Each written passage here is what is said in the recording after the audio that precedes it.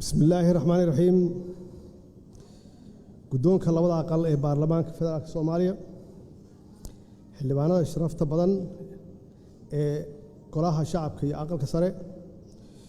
musharaxiinta xilka madaxweyne ee madasha ku sugan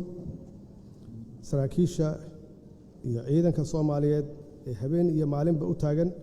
difaaca dalka iyo dalka Soomaaliyeed haddii la fadhiyaan danjirayaasha dowladaha saaxiibaha nahay السلام عليكم ورحمة الله وبركاته إله بقى محله ونو سورة قلية مانتا إن أديار قروني دور شديد مدادر أن سوغيني وكواس تيسن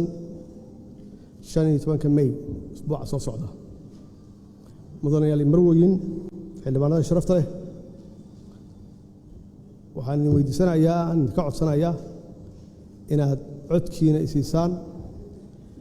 inaad u hiilisaan isbedel doonka inaad u hiilisaan dawlad wanaagga oo ku dhisan la dagaalanka musuqmaasuqa iyo wadaniyadda patriotismka waxaad haysataan barnaamijkii isbedel doonka socda waxaan rabaa inaan ka taabto xagee ka yimid isbedel doonka isbedel doonku wuxuu ka yimid waxa la yiraahdo isbedel doonka fadhiidka ah ayuu ka yimid oo taariikhdeena ku suntan aan soo aragnay khibradeena markaan kaashanana mudooyinkii la soo dhaafay aan ognahay wixii dalkan soo maray saad ogtihiinba isbedel doonka socda ama isbedelka socda wuxuu ka bilowdaa waqtiyadan hadda aan joogno doorashada ah waxaa dhasha ama aad doorataan madaxweyne cusub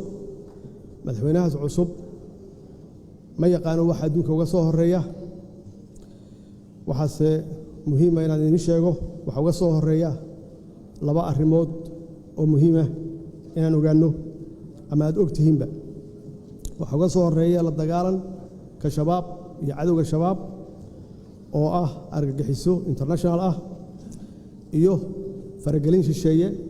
oo dawlado qaar ay ajando u tahay Soomaaliya inaysan cagaheeda ku istaagin qofkaas cusub intaas soo nogeyn yaa wuxuu bilowdaa hawlihiisii kale in uu magacaawdo xukuumaddiisa inuu dawladdiisa dhisto 6 bilood ugu horeeya waa isbarasho 6 bilood ku xigtana waxa bilowda political instability xasilooni la'aan siyaasadeed bilaabata halkaas waxa ku kala qaybsama golaha shacabka conflicta bilowda sanad gudaheeda waxa laga yaabaa inuu ka baxo prime minister kaas ama xukuumaddaasi ka baxdo caado waxa ah sanadka ku xiga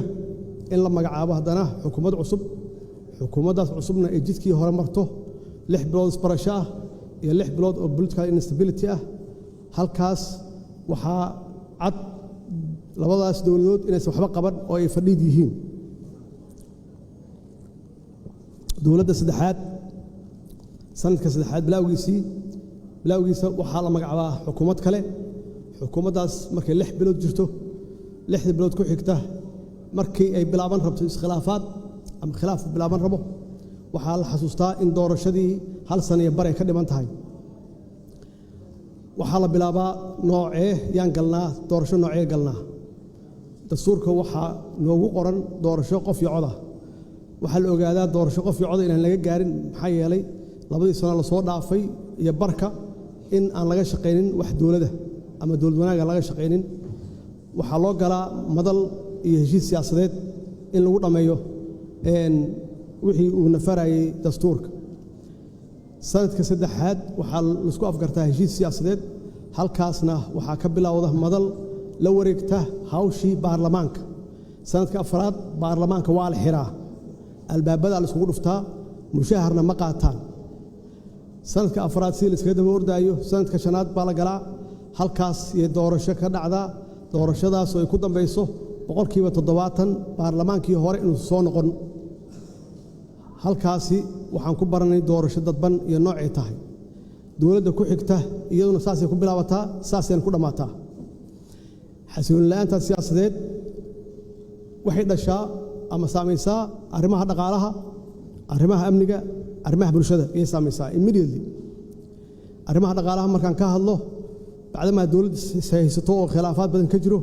qof kasta oo xun wuxuu ka fekeraa sidii uga faa'iideysan lahaa waqtigaas la haysto aan la xisaabinin. musuqmaasuqa cirku maraa, waxaa bilowda in dhaqaalihii uu hoos u dhaco. maxaa yeelay dakhligii canshuurihii lama aruuriyo, dakhligii hoos u dhacaa, mushaaharaad lama bixiyo, kontraadyo waxa la bixiya aan sharci waafaqsanayn. mararka qaarkoodna waxaa lala galaa kambaniyo shisheeye in lala galo kontraadyo aan waafaqsanayn shuruucda dalka. mararka qaarkood dowladaha lala galaa heshiis aan waafaqsanayn maxaan ku rahdaa shuruucda dalka.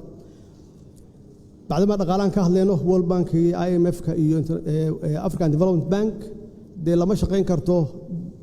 system ama dowlad aan xasiloonayn. musuqmaasuq kaliya musuqmaasuq uu hareeyey, halkaas waxaa dhammaaday wada shaqaynta IMF-ka iyo World Bank. markii dhaqaaluhu saas u xun yahayna markiiba waxay saamaysaa arrimaha amniga iyo saamaysaa arrimaha amniga. musuqmaasuqa waa galaa ilaa systemkoo dhan yaa wuxuu yahay system fashilmay oo fadhiida. ciidamada waxaa gala musuqmaasuq, markiibana waxaa bilowda in aan mushaaraadka la bixin, iyagoo awalba mushaaraad fiican aan qaadanayn ciidanka qalabka sida. iyaguna waxay sameeyaan bacdama faamiliyo xaasas iyo reer iyo carruur ay leeyihiin, waxay bilaabaan waxay ahayaan inay iibiyaan ama ciidanka ka tagaan ama agaga ay baneeyaan. bakhaaradii hubka yaalay suuqa la keenaa, waxa weeye waxa ka faa'iideysta cid alla ciddii xasilooni la'aanta siyaasadeed ama ka faa'iideysanaysa iyo nabadgelyada ay koow ka tahay shabaab iyo dadka oo qaata hubkii oo marka dambana ay ku dhammaato qabiiladii dagaal inuu ka dhaco dhexdoodii. arms embargo waana lagu adkeeyaa, maxaa yeelay dee waxaan nahay dowlad fowda ah. chapter 7-kana waa sii way sii socotaa. arrimaha bulshadana saasay u saamaysaa. shacabku waa qalbi jaban yihiin bacdamaa dowladdeedii ay haystaan horumar inaba ha yaraatee aysan arkaynin. musuqmaasuq uu baahsan yahay, waxay noqdaan indifference oo weliba mararka qaarkood dowladda ayay ka soo horjeestaan.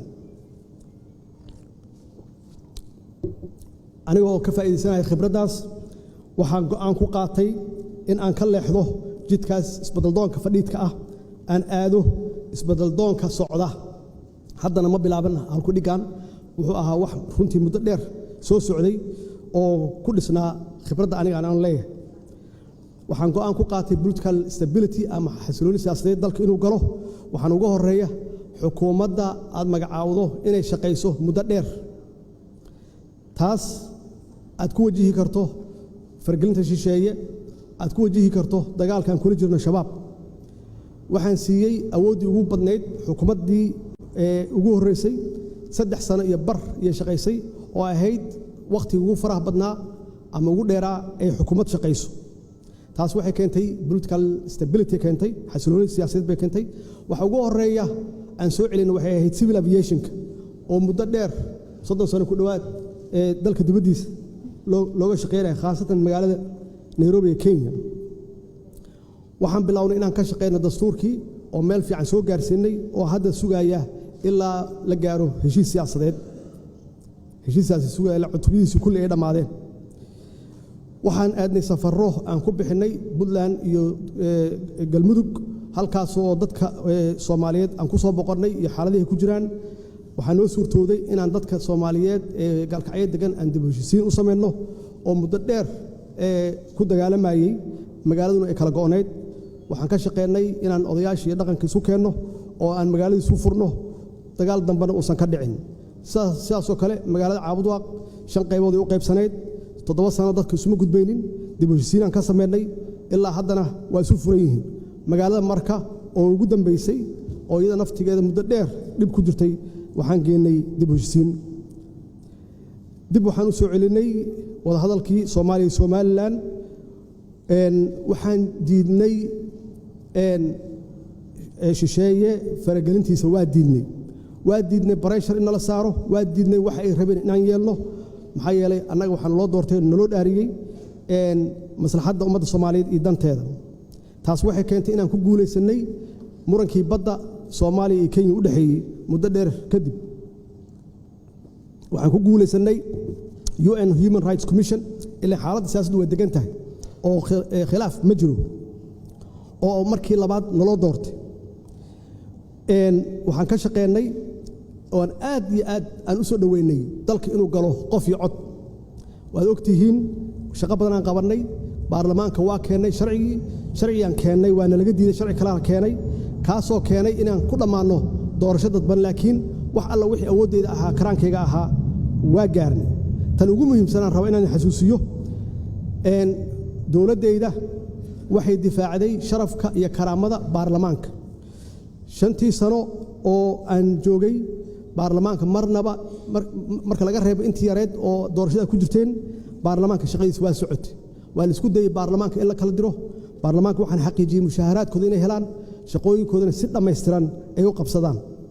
oo markii ugu horeysay arrimaha dhaqaalaha waa la dagaalanay musuqmaasuqa waxaan keenay diiwaangelin shaqaalaha iyo ciidamada qalabka sida waxaan kor u qaadnay dakhligii dalka waxaan si toos ah oo joogto u bixinay mushaharaadkii shaqaalaha iyo ciidamada qalabka sida waxaan joojinay sidii khaldaneed oo lagu bixinayay maxaan ku raahdaa kontraadyada waxaan aad ula shaqeynay si dhow ula shaqeynay World Bankiga iyo IMF-ka iyo African Development Bankiga iyagoo runtiina siiyay oo ay ku mahadsan yihiin na siiyay budget support waxay kaloo nagala shaqeeyeen debt relief-ka afinta deebankii aan qabnay oo aan gaarsinay ilaa 2 bilyan ku dhawaad in laga cafiyo aan sugayno haddii isbeddelkaanu sii socdo 3 bilyan sanadka soo socda inay naga cafiyaan maxaa yeelay waxay aamineen isbeddelka socda inuu dhab yahay waxay aamineen dowladdan inay tahay dowlad hufan oo nadiif ah ayay aamineen saas darteed wada shaqeynteena aad iyo aad yaan isugu soo dhawaanay arrimaha security-ga way saamaysay waxaan la dagaalanay iyada lafteeda musuqmaasuqa waxaan sameynay registration iyo diiwaangelin ciidamada qalabka sida meel kasta ay joogaan waxaan kor u qaadnay mushaharaadkooda waxaan bixinay mushaharaadkooda si joogto ah inkastoo yar tahay waxaan xaqiijinay oo aan improve garaynay tababarkooda iyo tayadooda iyo tiradooda ciidanka qalabka sida waxaan xakameynay hubka iyo rasaasta oo hal ballot oo annagu aan leenahay aysan jirin wax suuqa yaalla oo aan xakameynay waxaan ka xoreynay shabaab sabiid iyo caanoole owdhigle jannaale iyo marka waxaan develop garaynay Somali Transition Plan oo aan ku bedelayno AMISOM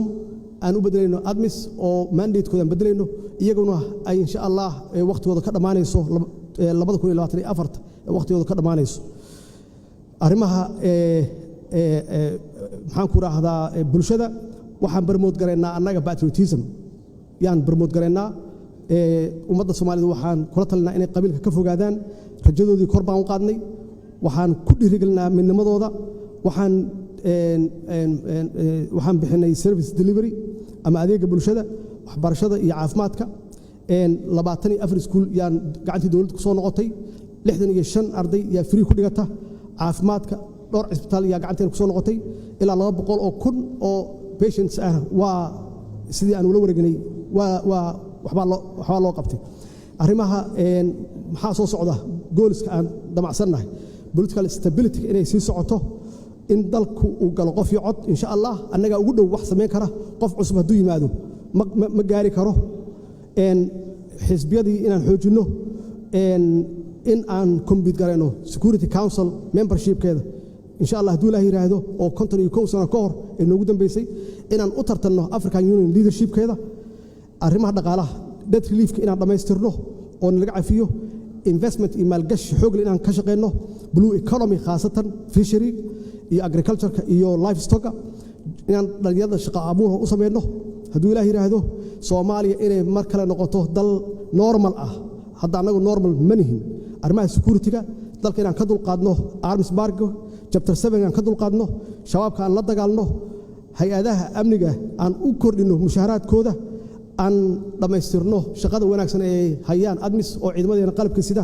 ay la wareegaan shaqadooda wassalaamu calaykum waraxmatullaahi wabarakaatuh